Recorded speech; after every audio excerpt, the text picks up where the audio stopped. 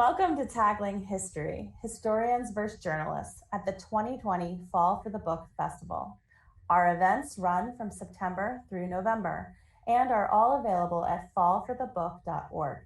My name is Heather O'Seal. I am a local Prince William County teacher and also an MFA graduate from George Mason University, currently working for Fall for the Book. I'm pleased to be hosting this event with Tim Grove, author of Star-Spangled, The Story of a Flag, a Battle, and the American Anthem, and Nancy Kennedy, author of Women Win the Vote, 19 to the 19th Amendment. Welcome and thank you both for being at Fall for the Book. Thank you. It's great to be here. Yes, thanks. Thank you so much. So today we're going to talk first a little bit about fact versus fiction and how you, as a historian and a journalist, figure out what is true and what is myth. So I'm going to turn this over first to Tim, and students who are listening, watching, try to figure out what is the myth, what is the fact. So Tim, if you want to take it over.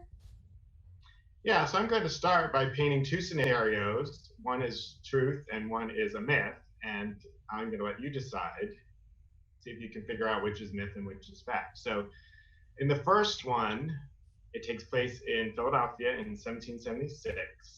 And George Washington, it's in the middle of the Revolutionary War. George Washington is a general, chief of all the Continental Forces. He walks into a shop of a businesswoman named Betsy Ross, and he says, "We need a flag," and they have a conversation, and Betsy Ross comes up with the design of America's first flag, red, white, and blue, the stars, the circle of stars, all of that. In the second scenario, it's in Baltimore, and it takes place in 1813 during the War of 1812. And in that scenario, several military people from the nearby fort walk into a store, a small shop of a businesswoman named Mary Pickersgill, and they ask if she could sew a flag for the fort. The fort is named Fort McHenry. And they need a very large flag to fly over the fort. And so she agrees to do that in 6 weeks.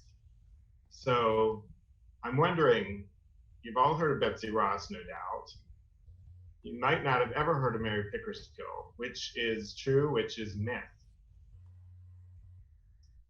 Well, in actuality, Betsy Ross is a myth. She was a real person. She was a seamstress who lived in Philadelphia. You can visit her house. It's restored, and you can go to Philadelphia and visit it. She was a flag maker, but there is no historical evidence that we can find, that historians can find, that points to the fact that she was the very first person to come up with the design and that she actually sewed the first American flag. So without that evidence, historians are not willing to give her credit, even though her family gave her lots of credit and said, this is what we were told, and that's how we came to get the myth. So in the second scenario, Mary Pickersgill, you can also visit her restored house in Baltimore, but she did so what we now call the Star-Spangled Banner. It's the flag that our national anthem describes. And here you can see a photo of her. She actually lived later than Betsy Ross, so there were photographs. She's about 30 or more years older than when the event happened in this photograph, but we actually can see what she looked like.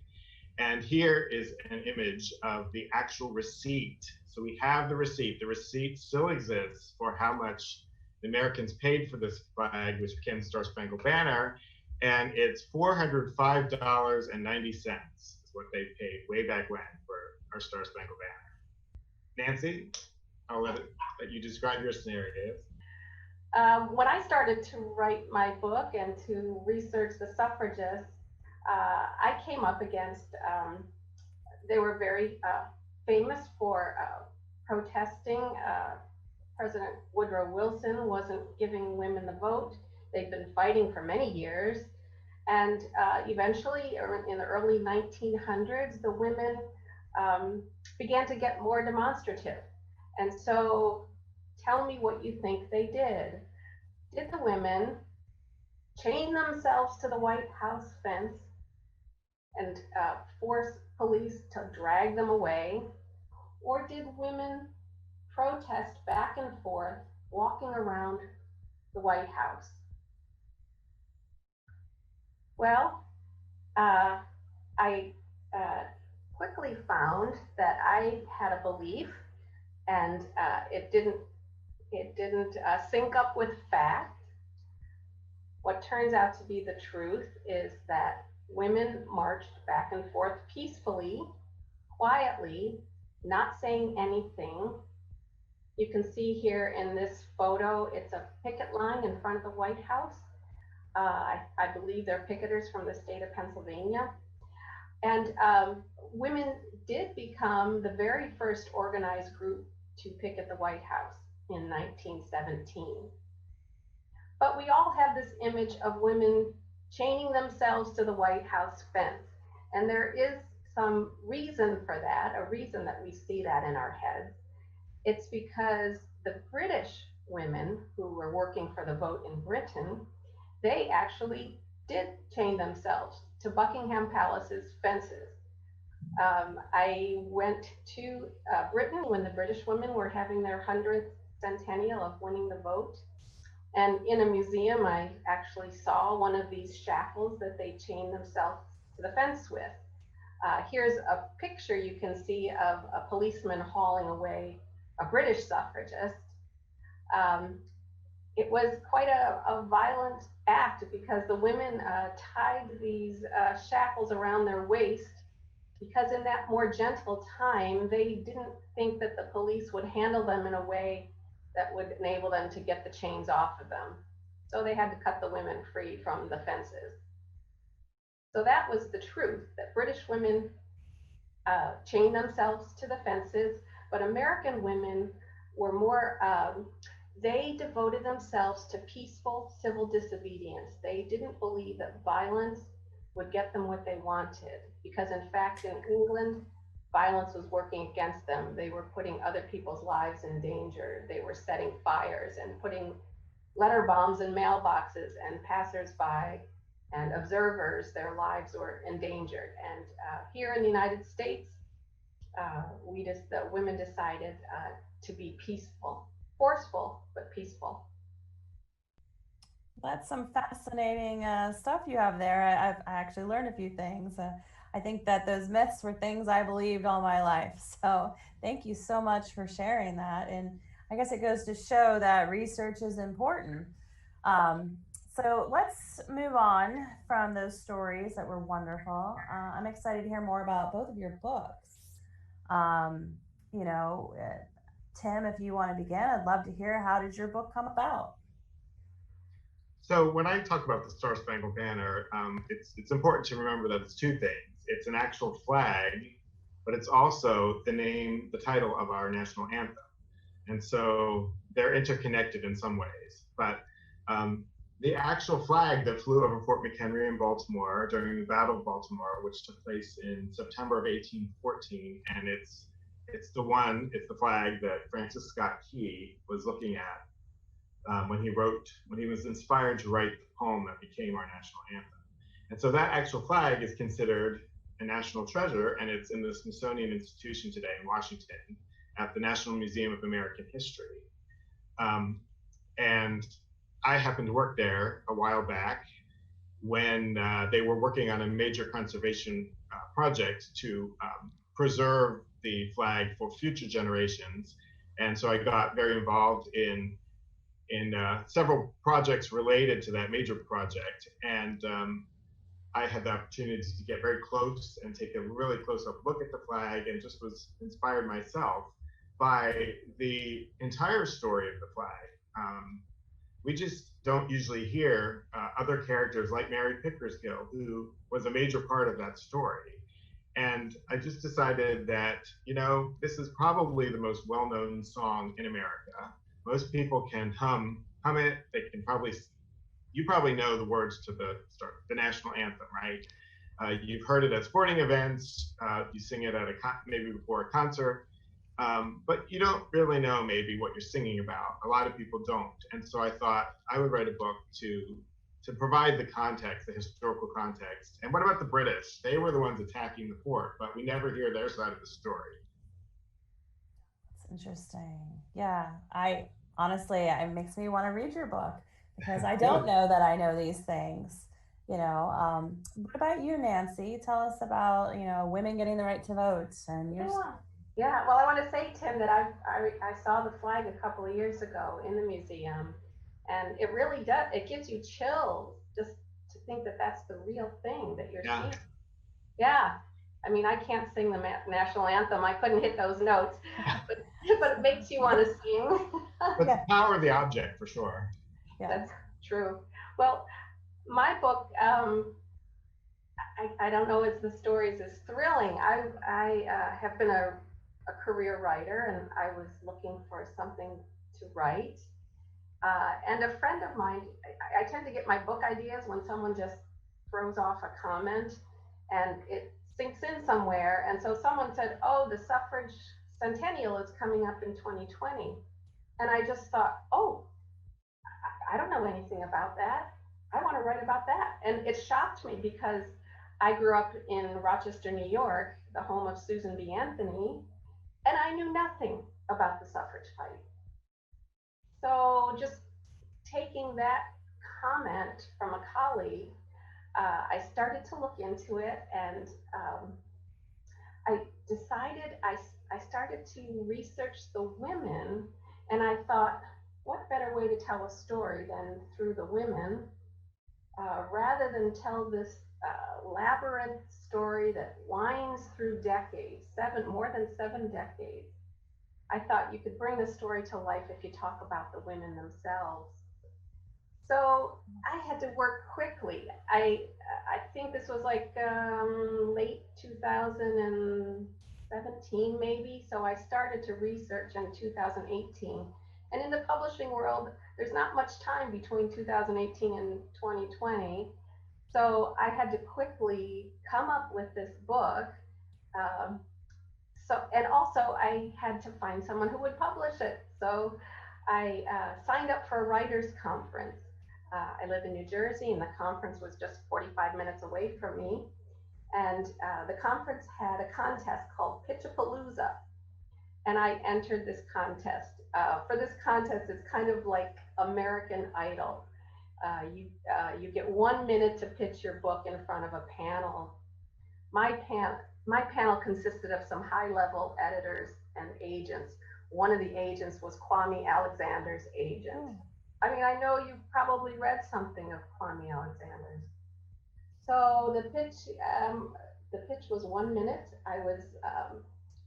They were only going to choose 20 writers out of the 200 writers that were in the room. We had put our names in a hat, and they kept picking names, and it wasn't my name, and it was getting close to the end, 16, 17. Number 18, they picked my name, and I pitched, and I won the contest. Woo. So after winning, I went to something else, another feature of writers' conferences. They're called one-on-ones, where you get a chance to sit down with an agent or an editor and again, pitch your book. And so I sat down at a one-on-one with an agency, and I told her, oh, I just won Pitchapalooza. And she said, oh, well, tell me about your book. What are we going to call it?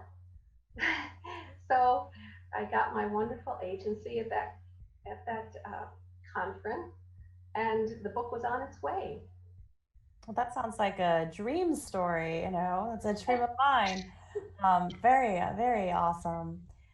So you talked for a minute there about, this was something you were interested in, and you went ahead and you started looking into it, and I'm going to write a book about this. So it brings up the question, one of you is a historian, the other one's a journalist.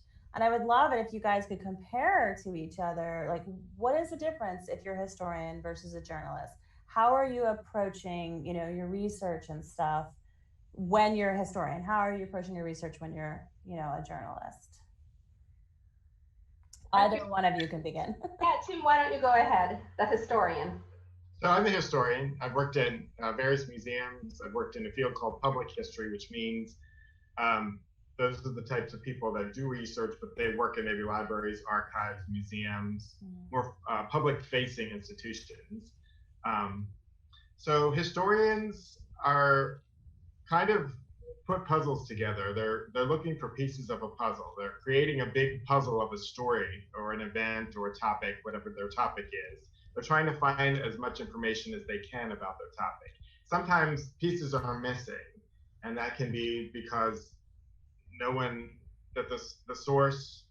So, for example, in my story, I have six main characters, and it happens during the Battle of Baltimore. And two of those characters, I don't know what they were doing during the battle.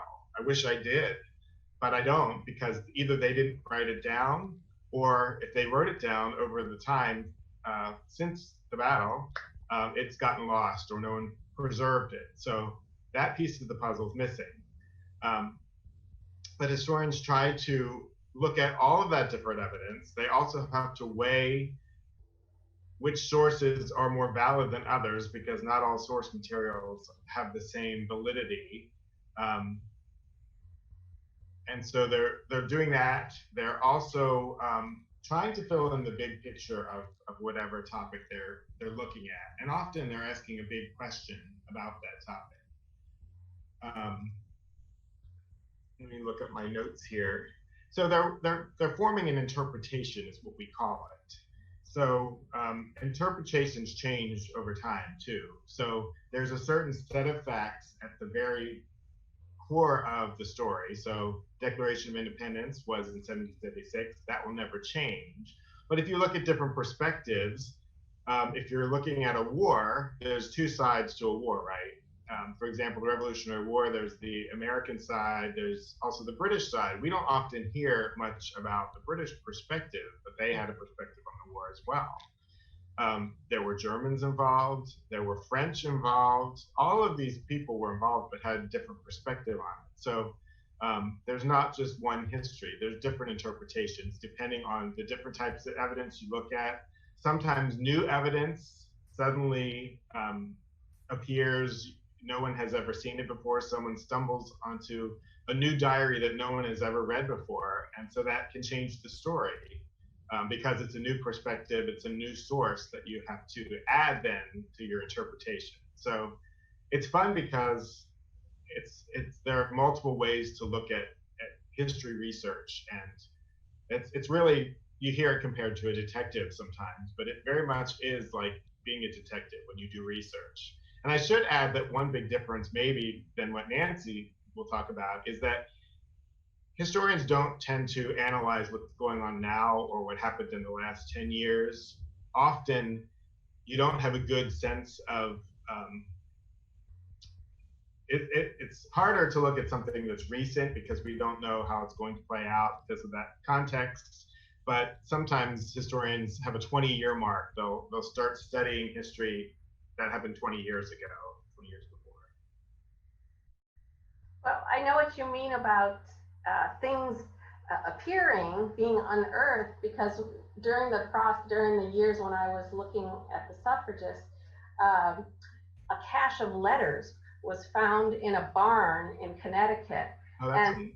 yeah, the people who had just bought the house, they just looked through the letters, and someone knew that the initials ECS meant Elizabeth Cady Stanton. And it was a cache of letters from Isabella Beecher Hooker to Elizabeth Cady Stanton, Susan B. Anthony, all the big, names in the suffrage fight. And they're at the University of Rochester, and they've even put them online. And I've spent hours reading through these letters. They're so fascinating, but it shines a new light on their friendship and how they work together. Yeah. So you're fortunate that they were discovered before you wrote the book. Yeah.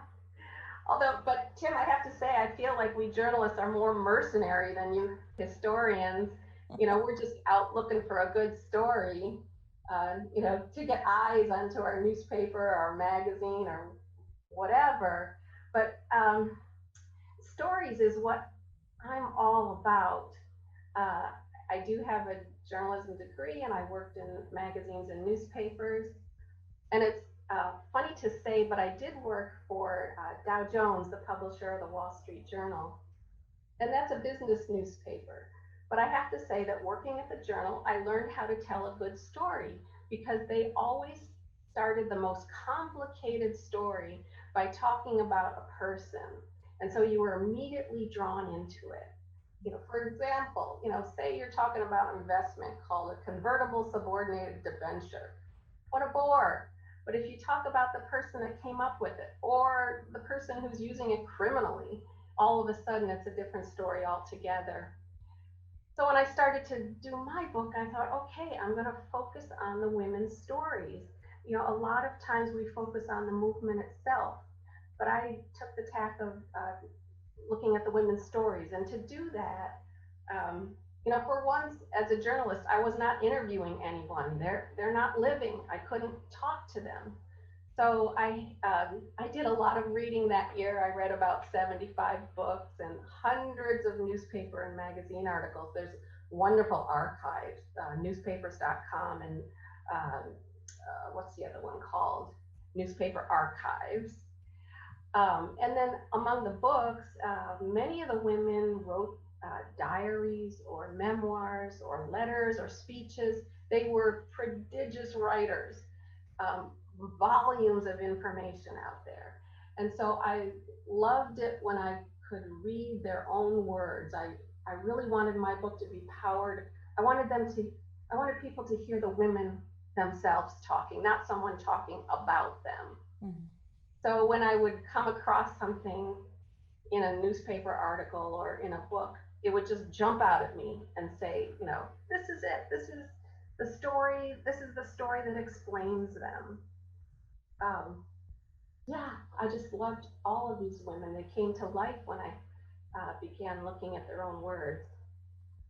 That's awesome. When we talk about sources and information and the different places you guys went to find these things, the diaries, the museums, the different discoveries along the way, I wonder, did you learn anything surprising or disturbing? Because these, obviously, if I read a diary, I'm just kind of pouring myself into it. And I don't know that 100 years from now, someone's going to be reading it. So I just wonder, both of you, what kind of surprising or disturbing things did you find? Tim, did you want to begin since we have Sure. So I learned about a group of men who fought for the British on the British side, who were formerly enslaved men, and they were called the Colonial Marines, and they were recruited by the British. The British had encouraged enslaved people from the Chesapeake Bay region to flee to the British, where they promised they would give freedom. And so some of the younger men who were in good shape, they recruited for this corps called the Colonial Marines, and they actually fought when the British attacked the capital, Washington D.C., and burned some of the main buildings. They were involved in that. They were also involved in the attack on Baltimore, and so I had never heard of this group before. So they have a very inspiring story, which I didn't know about. So I added that in the book, so that's included in the book. That was my next thing. I was wondering, can we read about that in your book? That's awesome. Yeah, I love. Unfortunately, with enslaved people, most of them were not taught to read and write, and so often they didn't read or leave any kind of diaries or written evidence. Sometimes there are oral traditions passed down in that community, but it makes it very challenging to develop really good characters and to tell their story in rich detail because we're using historic sources, we don't have those sources. What about you, Nancy? Did you find anything surprising or disturbing when you were doing your research? A couple of things, just to add to what Tim said. Slavery played a big part in the suffrage movement too. When the suffrage movement began in 1848, all women were working together for this goal, to get the vote. black and white women working together. But then in 1870, African American men got the vote through the 15th Amendment, but women were left out. Well, that made women angry, and the suffrage movement split. Um, those who had wanted African American men to get the vote, regardless of whether women did, they were on one side. And then on the other side were women who believed that white women deserved it more, and in fact, maybe believed that white people were superior. So it was shocking for me to read some of their words. I wanted to present these inspiring people, and yet they said some and did some horrible things. And you didn't want to leave that out. You had to, people are human, they have failings, they're not perfect, you can't present them as saints. And it tainted the suffrage movement through its entire 72-year history. African American women were often left out of the mainstream suffrage movement. They weren't the ones that marched because they weren't welcome. They weren't the ones that went to jail because that was the white women's organization. It's just, at first I would think, oh, we can't expect them to be as enlightened as we are. But then I moved from that to, oh, okay, maybe they're just being practical and they know that they can't get the vote because Southern men would not want to add women to the rolls and jeopardize white supremacy. But then you would read some of the words and you realize it's not only practical. For some women, it was ideological. They truly held these beliefs. So that was one thing. That was the disturbing thing. And for the other thing, I just wanted to go back to the myth about women chaining themselves. As I started to look into whether they actually did chain themselves to the fence, it speaks to speaking to having to do your research. Because when I started to research, I found an interview from this one suffragist, Hazel Hunkin. She was in her 80s. And she said, I chained myself to the White House fence and I set a fire on the White House lawn. And I thought, woohoo, I've got it. She did it. And I even found a picture when President Carter declared Women's Equality Day on August 26th.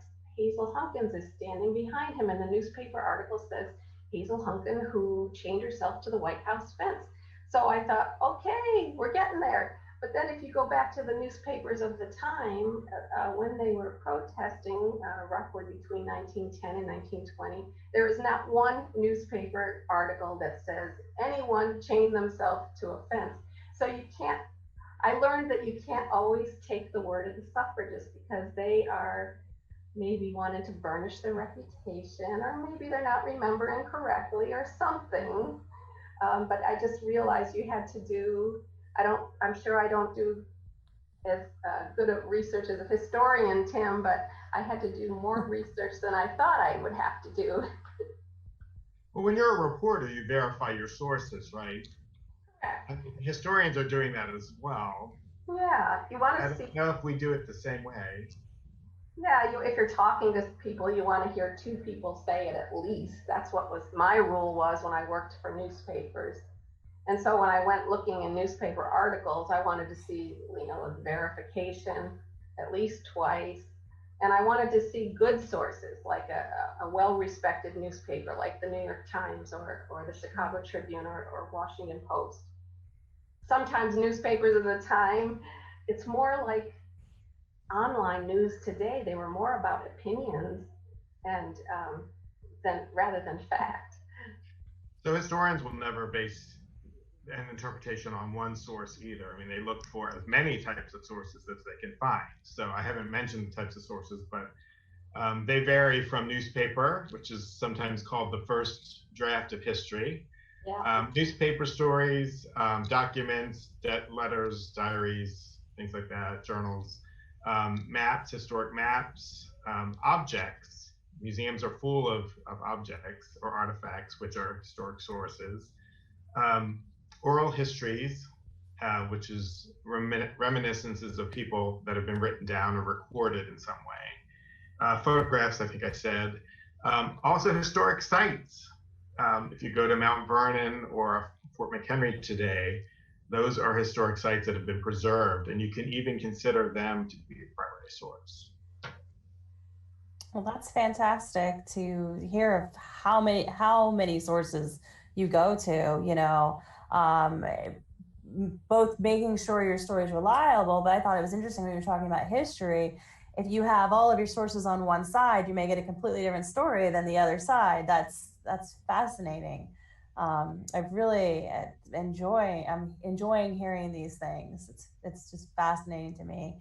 I do wonder, when you look at the stories, you look at all the research, you look at what you wrote, what do you think the history or the subject matter of your book can, teach us? What can we learn from it? Well, I can jump right in. See, I was blown away by, like I said, it was a 72-year fight through 18 presidencies, 2 wars, 3 generations of women, and yet they continued. Most of these women didn't even see women get the vote in their lifetime, and yet they continued. They had 2 things. They had both passion and persistence. You can have, passion, but if you're not committed to the cause, um, you're not going to get there. So that's what these women taught me. I was just, I was awed. Would I have that kind of commitment, particularly when the going got tough, when you were speaking and people were throwing rotten eggs at you, or you went to prison and you were hunger striking and they were force feeding you. They were brave. They were courageous.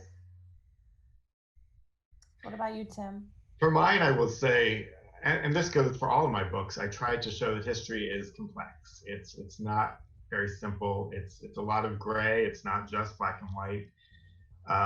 For example, most people know now that Francis Scott Key, who wrote the national anthem, was a slave owner his whole life. He had a very complex relationship with the people of African heritage.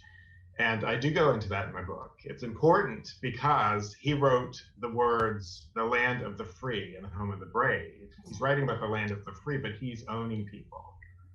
And so it's important to explore that. But also that says right there, history is complex.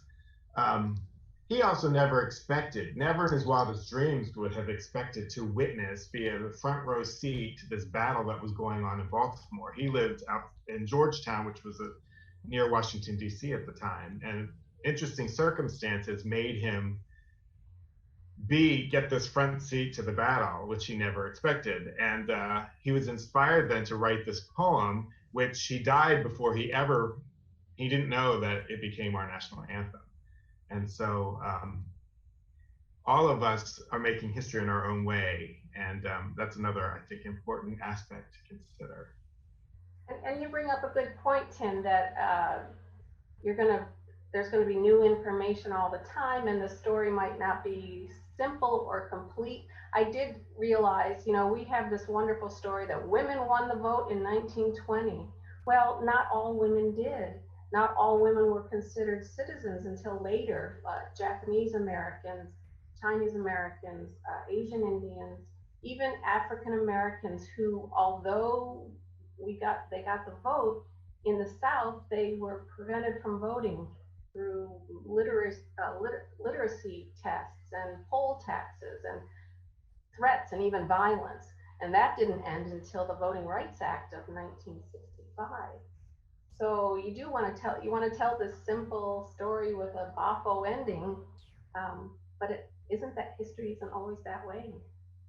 And I think correct me if I'm wrong, not to put you on the spot, but you're from New Jersey. I think women in New Jersey were voting very early on in the late 1700s or early 1800s after the New Jersey Constitution, and that changed. That's right. Well, even in 1776, New Jersey's state constitution allowed what they called inhabitants to vote. And there was no gender-specific or race-specific language. There was a requirement of owning 50 pounds, and married women couldn't own property. So it was just single women and widowed women, but still, there were some women in New Jersey voting, and they voted in 1800, when Thomas Jefferson was elected. Some of the newspapers had great things to say about the women voters. They said it added an irresistible zest to their charms. Huh.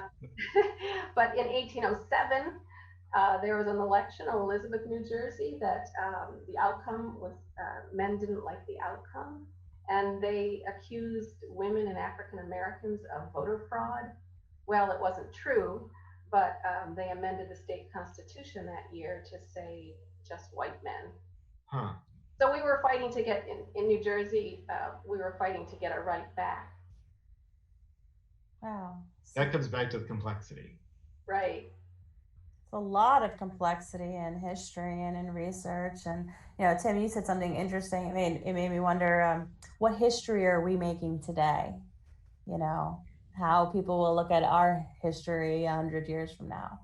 So Great question. I want to thank you guys, Tim, Nancy. Thanks for joining us at the 2020 Fall for the Book first virtual conference. Thank you so much. Really appreciate you being here. You're welcome. This is my third time at the Fall for the Book. I love the festival. So I'm very happy to be back. Well, this is my first time, but I have a son graduating from George Mason, so I was very happy to be involved in this book festival. Nice. I guess that makes you kind of a legacy, right? A parent of. I just paid the last bill. Well, I just want to remind everybody who is watching that you can get Tim and Nancy's books. You can get the Star-Spangled Banner and Women Win the Vote at the link below. Please visit fallforthebook.org to see our full schedule, and thanks for joining us today.